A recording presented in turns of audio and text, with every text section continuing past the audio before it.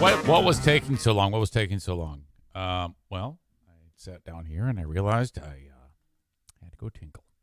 Welcome to the Eric Zane Show podcast. Here we are. We're here. We're queer. Get used to it. On the 29th of September, 2022, a daily show where I discuss news, nonsense, and my personal adventures. From the Baldwin Ace Hardware Fear Bunker Studio, Baldwin Ace Hardware, a beacon of DIY awesomeness in the Northland. Now, I just don't understand the whole, okay, well, we live here, but we're thinking about moving to Florida. Well, okay, pros and cons. Family meeting, let's go. Gather around. Family meeting. Pros and cons living in Florida. Pros.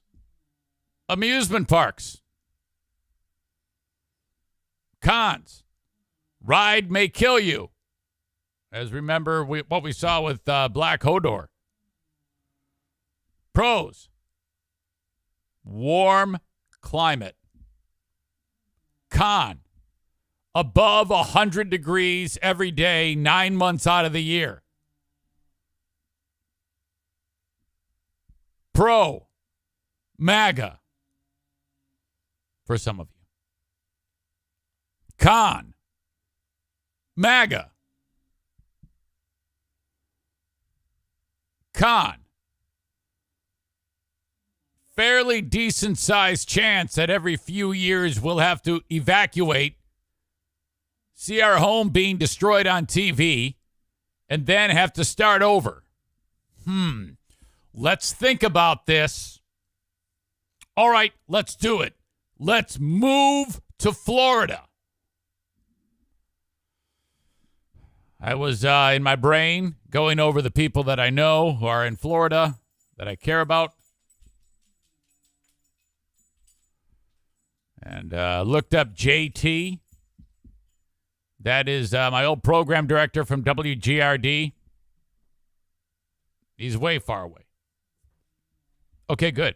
Then I looked up another program director. It seems like all my old program directors live in Florida now. Looked up my buddy Rick. Fort Myers, which is like ground zero of this disaster.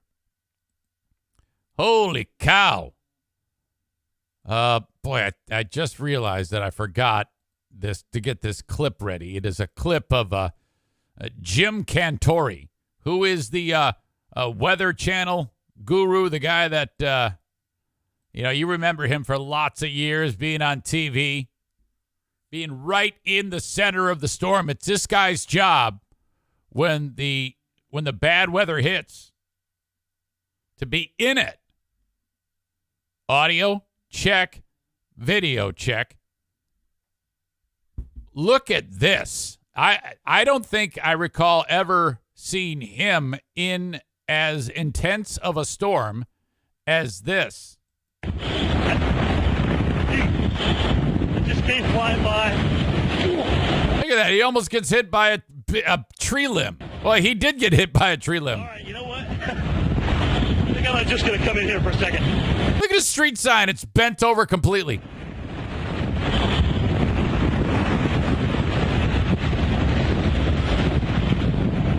Just give me a second. I think the biggest risk is getting hit by flying debris. If the risk of getting hit by flying debris wasn't there, I would want to experience this at one point. Okay, now look at it. It says wind speed in Punta Gorda, 61 miles an hour. I think what he's experiencing is much faster than 61 miles an hour. Jim, you all right? I'm all right. I'm fine. I'm fine. Yeah, I'm fine. You just can't stand up. Look at him. He's got to totally lean into it. All right, I'm gonna let you guys look at the pictures, okay? Wow. Ultra intense. The sun is rising today. I'm trying to pick up the pieces, but to my point, I don't get it. Why you would want to even live there? How short does your memory have to be? Rom says, why is he even wearing a raincoat? It's basically a sail. Maureen says they were wearing baseball helmets to protect themselves from flying debris. Yeah, they needed to wear like a hockey mask. You know, like a helmet with like the bubble, the plastic bubble on it. Just, I don't get it. I don't get it. So, you know, you have your choice of Florida, where it's that fucking hot that long, and then, you know, a great state like Michigan, which is superior in climate to most other states. You get 4 genuine seasons here. I just don't understand. Why would you, there is never a threat for your life to end or your property to be destroyed in Michigan unless if there's like a tornado, and that's very rare. You all must move here. It is an oasis of awesomeness. You can snowmobile, you can jet ski, you can go fishing, you can go ice fishing, you can do all that stupid hunting shit. You've got forests, you've got hills, you got mountains, you got everything here.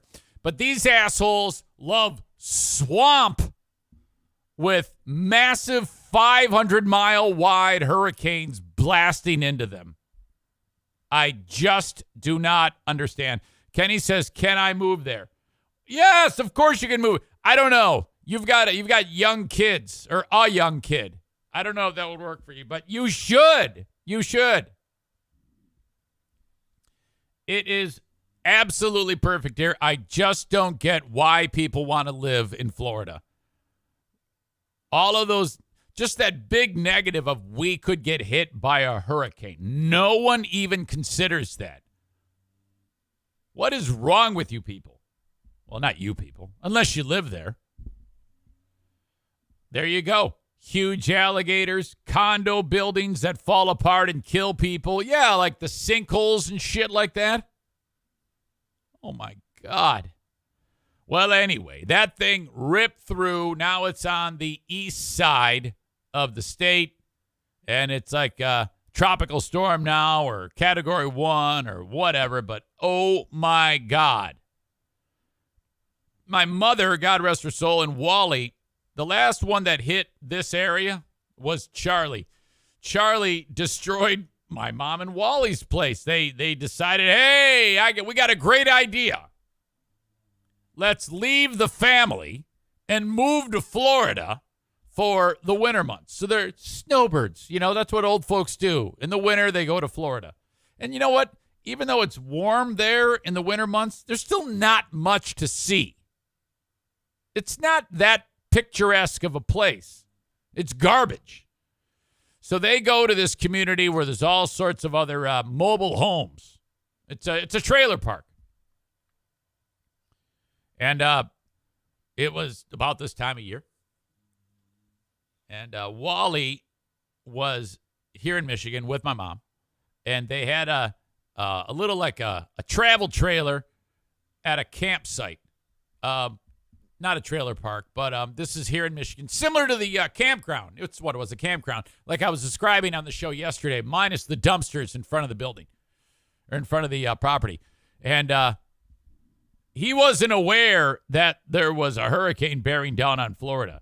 And I described it to him, where it was making landfall. And he's like, you know, an eyebrow raises up. And he's like, He immediately gets on the phone and talks to one of the old folks who lives at the trailer park. And his buddy, Lionel, picks up the phone. And when the guy picks up the phone, Wally can instantly hear, hello! Lionel, how are you?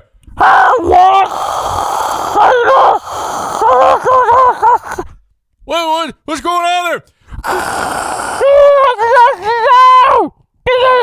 There's wind and everything's all fucked up.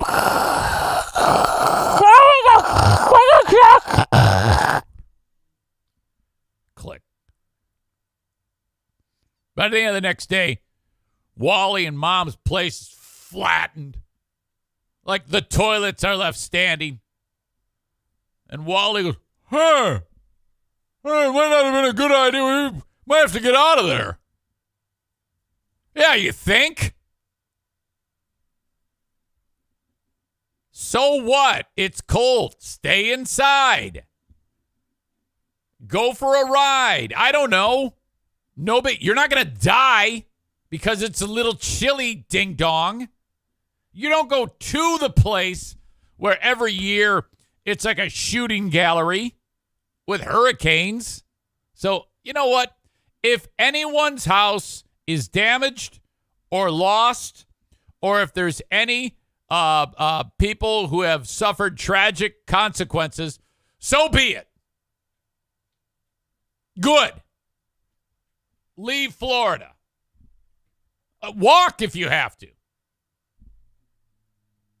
Unbelievable. Yesterday, there was a hurricane of trouble for the president. The president is like, oh my God, thank God that hurricane is here so that it will deflect some of the damage that I inflicted to myself. Hold on a second.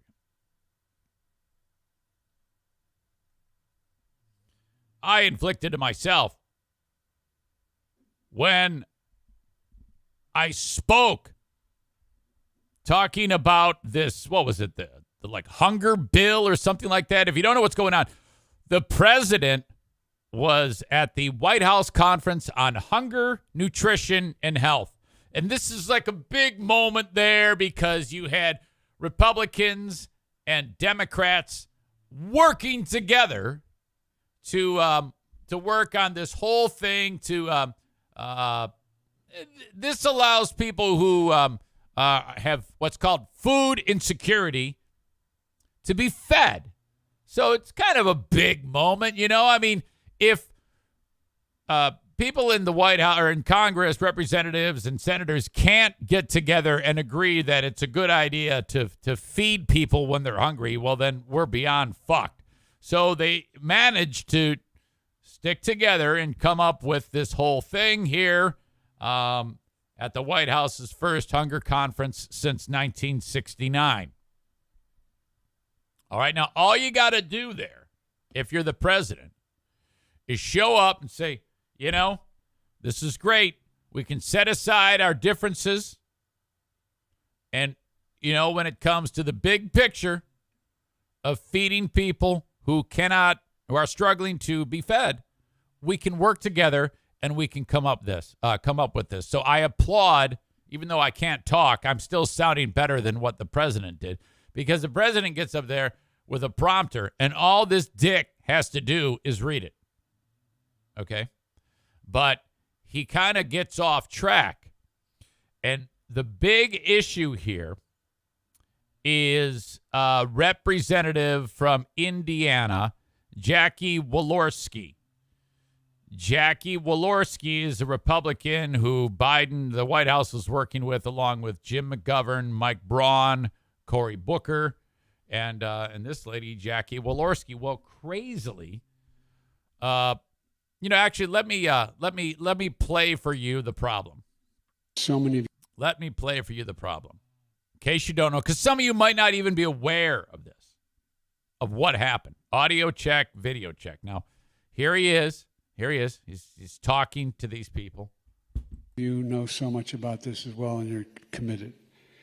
And I want to thank all of you here for including bipartisan elected officials like Representative Governor, Senator Braun, Senator Booker. Okay, time out. Before he gets to the real bad part, the lack of sharpness in his speaking. You can see him kind of looking with those dark eyes.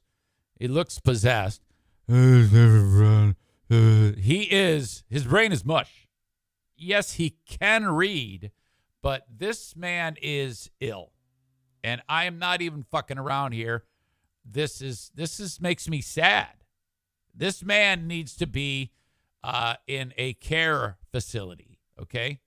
I want to thank all of you here for including bipartisan elected officials like Representative Governor, Senator Braun, Senator Booker, Representative Jackie. Are you here? Where's Jackie? I didn't think she was going to be here. Jackie's dead. Walorski died. Like not long ago. Oh my God. Walorski died tragically in a car accident that also killed 2 people from her office. She was the co-chair of what's known as the House Hunger Caucus. So this is fucked. Okay.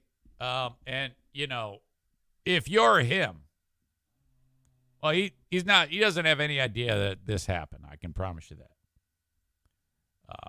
The spin afterwards is ridiculous because someone at the press conference or whatever, or the briefing, talked about it and asked the question to the White House press secretary. I forget her name. Something Jean Pierre. I don't know. And this is the explanation. Audio check, video check. Let me back this up. Do the whole thing again. And I want to thank all of you here for including bipartisan elected officials like Representative Govern, Senator Braun, Senator Booker. He says Representative Govern. It's McGovern. Representative Jackie, are you here? Where's Jackie? Yeah, she's dead. I didn't think she was going to be here. Event today, the president appeared to look. Where's Jackie? I didn't think she was going to be here. What? Are you here? Where's Jackie? I didn't think she was going to be here. No, he said, I think she was going to be here. On Senator Booker, Representative Jackie, are you here? Where's Jackie? I didn't think she was going to be here. Now he's been told that she's dead months ago, or however long it was ago, and he's well aware of it. He's well aware of her death, but it's left him. Today, the president appeared to look around the room for an audience member, a member of Congress who passed away last month. He seemed to indicate she might be in the room. The president was, as you all know, you guys were watching today's event, a very important event on. I want you to pay attention here because she's trying not to make it look like she's reading, but she is. And, you know, we all know that the only appropriate answer that she can say is, yeah, he forgot. But this is what she comes up with. He seemed to indicate she might be in the room. The president was, as you all know, you guys were watching today's event, a very important event on food insecurity. The president was naming the congressional champions on this issue and was acknowledging her incredible work. He had already planned to welcome the Congresswoman's family to the White House on Friday. There will be a bill signing in her honor this coming Friday. So, of course, she was on his mind. She was of top of mind for the president. He very much looks forward to discussing her remarkable legacy of public service with them when he sees her family this coming Friday. What's terrible about that is they're, trying to trick you. They're trying to dupe you. And I don't think that it necessarily builds trust when it's clear there was a problem there. And that explanation does not line up with what the world saw. So it makes you and I ask, do you think we're assholes? Do you think we're idiots? This is so dumb. And no matter what side you are on, there's no way to try to, if you see anyone that is doing any type of content creation or talking on the news or whatever, and they try to make it seem like that is not an issue, you should never, ever, ever pay attention to what those people have to say. Okay? Oh my God. How awful. How awful. Now, I know people might say, well, Eric, yeah, there you go. And that's why you shouldn't. It's like, well, hold on here. Hold on. Maybe, maybe not. I don't know. But this is awful. I mean, I've said for a long time on this show that he is not running the country. All right? that Kamala Harris and a series of people behind him are running the country.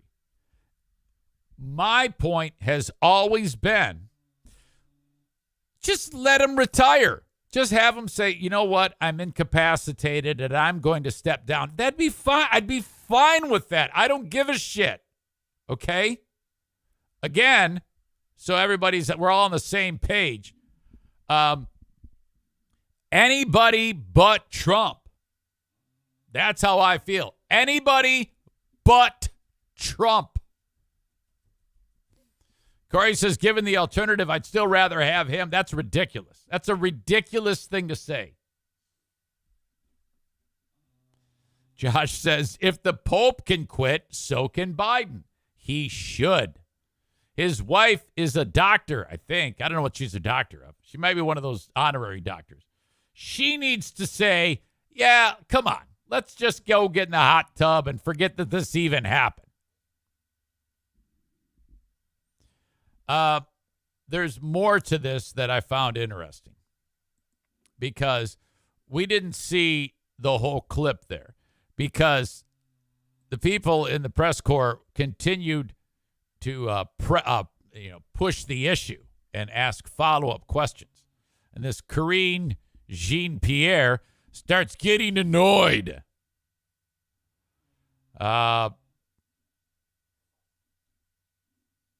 Jean-Pierre bristled at reporters on Wednesday when they repeatedly inquired about Biden's comments at the conference. Despite multiple questions about the matter during the White House press briefing, Jean-Pierre declined to acknowledge whether Biden had made a mistake. So you've got reporters that are saying, yeah, I mean, we heard you, but he also did say, where's Jackie? Which implies, I mean, the only correct answer is, cremated or in the ground. That's where she is.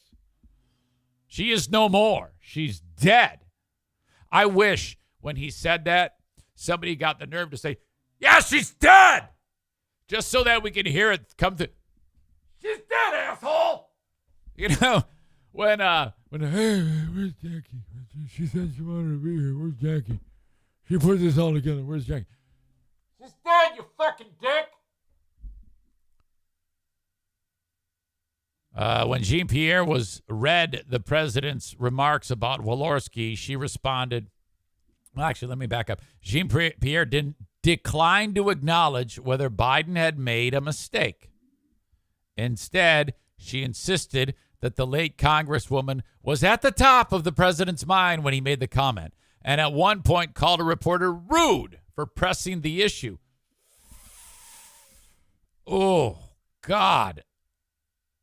When Jean-Pierre read the president's remarks about Walorski, she responded, I totally understand. I just explained. She was top of mind, you know. Yeah, if something's top of mind, like if I'm sitting here going, oh, man, I love the Foo Fighters. Taylor Hawkins is such a good drummer. I wonder what the hell he's doing right now. Is he still doing okay these days? I know he had drug issues. Oh. Yeah, of course I'm going to know he's dead. Because I don't have dementia. He does. She adds, you know, what we were able to witness today and what the president was able to lift up at this conference, at this event, was how her focus on wanting to deal with combat food insecurity in America. And it's something he was lifting up and honoring. When CNN's Phil Mattingly pressed, I like how even CNN is like, hey, what the fuck? When CNN's Phil Mattingly pressed Jean-Pierre about why the president was, and this article I'm reading is from CNN. When CNN's Phil Mattingly pressed Jean-Pierre about why the president was looking for the dead congresswoman at the conference, the press secretary said, I don't think it's all that unusual to have someone top of mind, especially as there's a big event. Come on. She denied that the president was confused or that there was something mistakenly on the teleprompter. That would have been a better lie. That would have been a better lie. Both terrible if she said, yeah, some idiot wrote, where's Jackie? She wanted to be here on the prompter. But we had him making it sound like it was off the cuff. But yes, that was a mistake on the prompter. It's definitely not the president's fault.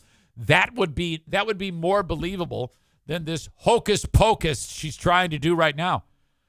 Jean-Pierre said the reporter inquiring about whether there was some sort of mistake was, quote, jumping to a lot of conclusions.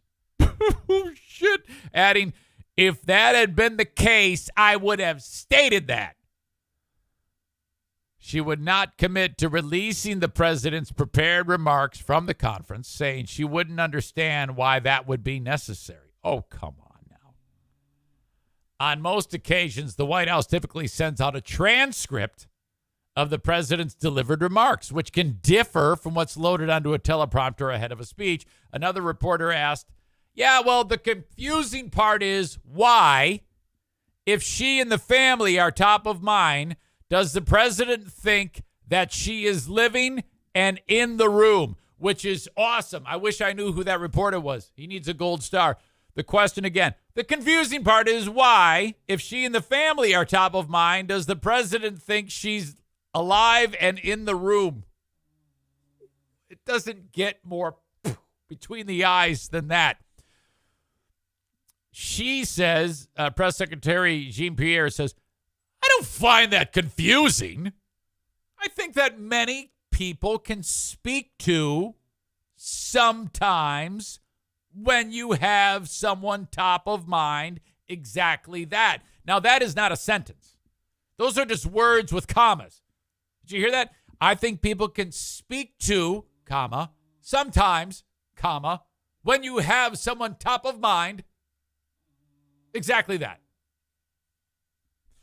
She also said reporters should put the comment in the context of him giving shout-outs to congressional leaders on food insecurity and rebuffed a question about whether the president believed he handled the situation appropriately, saying he had answered the question multiple times, and my answer is certainly not going to change. Oh, my God. If I'm Biden and I do get a moment of clarity, okay, where he can go rogue and break free from the abuse that is being levied on him, the elder abuse of making him work, okay, like this. He needs to, at the next whatever time he's near a microphone, say, I am very, very ill and someone needs to help. Please help me. I am being held against my will for this job that I do not understand. I do remember that Jackie's now dead, and I lost my mind there. Please help me, help me, help me. And then as they wrestle the microphone away from him, they take him away, and then this crazy lady will then come up and spin it in some particular way. This is freaking inhumane. Let this man retire.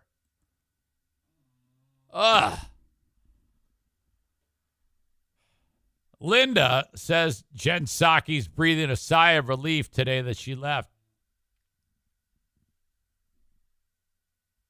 There isn't anyone in the audience today that is thinking, oh, yeah, that's fine. Tyler says, when my wife says, oh, honey, it's Grandma's birthday today, I don't say, hey, why isn't she here celebrating? Because she's dead, even though she's, quote, top of mind. Holy shit. So this press secretary, Jean-Pierre, whatever the fuck, I think it's Katerine, I don't even remember. I don't remember her name. I got to get it down. She's got too many names. I can only remember two. She must have been super drunk last night trying to forget this. Oh. Kevin Kuiper says, my brother and his wife believe that he's fine. Would that be Matt?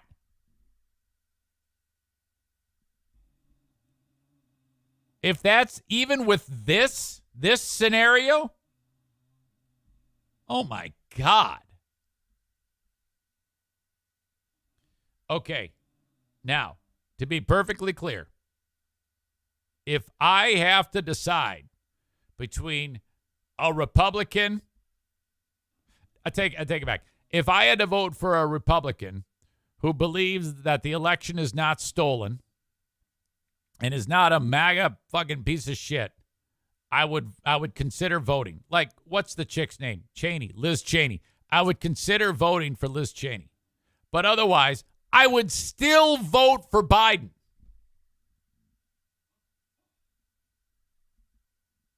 That tells you where I am. I would still vote for the mush-brained old man. Oh, my God. Aram says Trump was better than this circus. Disagree. And you're looking at the long-reaching effects of the fact that Trump is empowering the lowest of the low Americans, giving them a voice that should not be heard. Racism, inequality, all of these things are real, tangible things that have a foothold in our society now because of Trump. Because of Trump. So don't give me your Trump was better than this circus bullshit. You got to look at the lingering effects. All right. I want to thank everybody on Facebook, Twitter, and YouTube for paying attention to this ignorant slut, Eric Zane. You guys are awesome. Thank you for your time. But I have to kick you out now. All right? You have to go. If you want the rest of the show, it's available on Twitch, twitch.tv/Eric Zane Live. You go to twitch.tv/Eric Zane Live, give yourself a little fancy name there, and then hit follow, and then you can get the whole show uninterrupted. While you're there, if you have an Amazon Prime account, hit the red button, right, big red button there. Hit on that, click on that where it says sign up with Twitch Prime. And then you fill out the little thing, whatever. I don't do it because I make the show. I don't watch it. And you can get the show without commercial interruptions as I'm talking. Otherwise, if you're watching, I might be on a rant or talking to something or about something or whatever. And then in the middle of the show, you'll see like a video ad. You sign up with Twitch Prime, you don't have that. You have to do it every month, too. So there you go. Otherwise, download the show, the audio podcast, wherever you download podcasts, Apple Podcasts, Spotify, or just go to my website, ericzaneshow.com. Okay, have a wonderful day. I say goodbye.